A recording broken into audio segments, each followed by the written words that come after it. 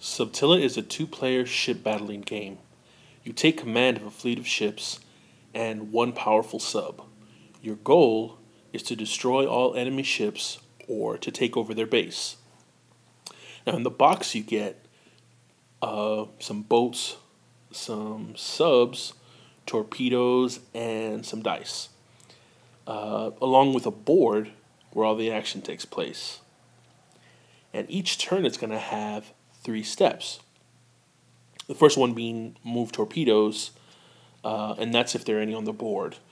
The second is your boat actions, and that's when you're able to move your boats around the board. And the last thing you'll do on a turn is take sub actions. And when you're done with that, the next player takes their turn. So it's pretty simple.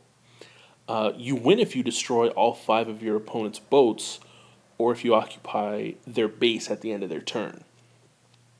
So a game of Subtilla is not going to take very long, and once the first attack happens, it can get pretty hectic and very tactical.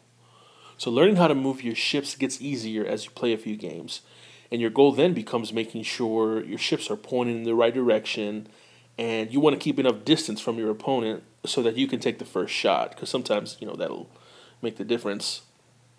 Now, more than anything else, Subtilla is just plain fun, and the ease of play is probably the most charming aspect of this ship battler. Now, there aren't a ton of rules to get in the way of the dice rolling fun, and that's just the way I like it. So Subtilla kind of feels like a game of checkers, but with a few more options and cooler pieces. And like checkers, the game is really easy to learn, but when 2 skilled opponents face off, the tactics can get pretty deep.